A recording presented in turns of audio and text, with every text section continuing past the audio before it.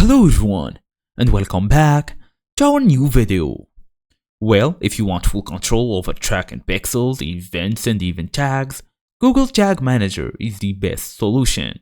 So in today's tutorial, I will show you how to connect Shopify to Google Tag Manager in 2026, fast and easy as usual. Let's get started. Well, first you should go all the way, open your device, make sure you are fully connected to the internet, open your favorite browser and go all the way to look for GTM account. Go to Google Tag Manager and create a new container.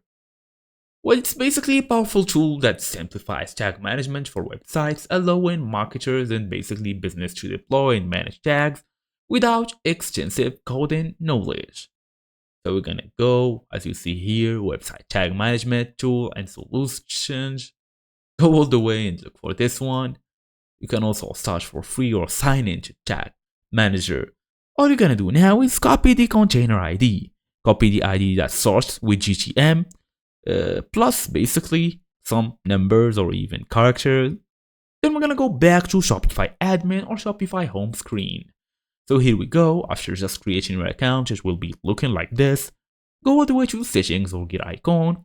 Then we're gonna go and look for customer events just under the domain. It's now time to add the custom pixel. Click add custom pixel and name it Google Tag Manager. So basically as you see here, custom pixel, add custom pixel. Then basically paste your GTM code, insert the GTM container code provided by Google. Save and enable pixel, make sure the pixel is active, then publish container in GTM. Go back to Google Tag Manager and publish your container. All you're gonna do now is test the connection using the GTM preview mode to confirm it's firing.